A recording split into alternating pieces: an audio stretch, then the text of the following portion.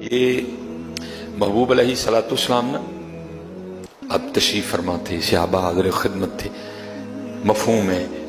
محبوب علیہ السلام نے فرمایا میں ابھی تمہارے سامنے نا سورہ الہاکم التکاثر حتی زرتم المقابر کلا سوف تعلمون، میں یہ تمہارے سامنے نا تلاوت کروں گا، تو اے میرے صحابہ جو یہ سورت سن کے رو پڑا نا اس کو جنت کی بشارت ہے۔ قربان جاؤں جی ان کی شانوں پہ، جو قرآن بھی اللہ کے محبوب علیہ السلام سے سنا کرتے تھے۔ فرمایا میرے صحابہ میں ابھی سورہ الہاکم التکاثر تلاوت کروں گا تو جو یہ سورت سن کے رو پڑا نا اس کے لیے جنت ہے۔ لکھا ہے کہ محبوب علیہ السلام نے نا سورت تلاوت فرمائی، کچھ صحابہ تو رو پڑے لیکن کچھ صحابہ بڑی کوشش کے بعد بھی نہیں رو سکے۔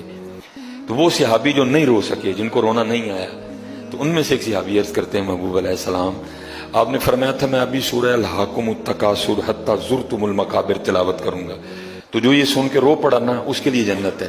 ہمارے کتنے بھائی رو پڑے، کوشش تو ہم نے بھی بڑی کی لیکن ہمیں رونا نہیں آیا ہے، دریا رام منجوش میں تھا۔ آپ نے فرمایا میرے صحابہ میں پھر دوبارہ تلاوت کرتا ہوں تو جو سن کے رو پڑا نا اس کے لیے جنت ہے۔